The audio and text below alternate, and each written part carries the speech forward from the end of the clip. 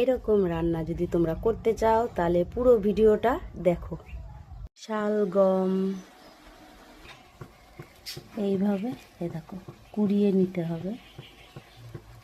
এই কোড়ানি দিয়ে আমি কুড়িয়ে নিয়েছি, ভালো করে কুড়িয়ে নিতে হবে।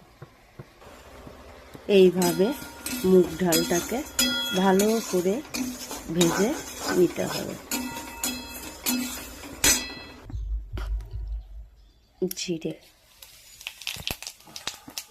আদা কুড়িয়ে রেখেছে দেখো, আদা, কাঁচা লঙ্কা,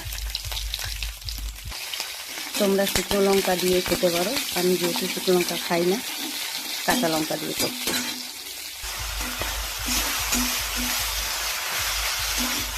অল্প কুচুরানোটা এর মধ্যে দিয়ে দিলাম,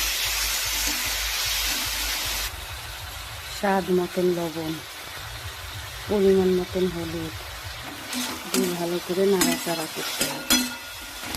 এবার মুগ ডালটা দিয়ে দেবো, ভালো করে নাড়াচাড়া দেবো।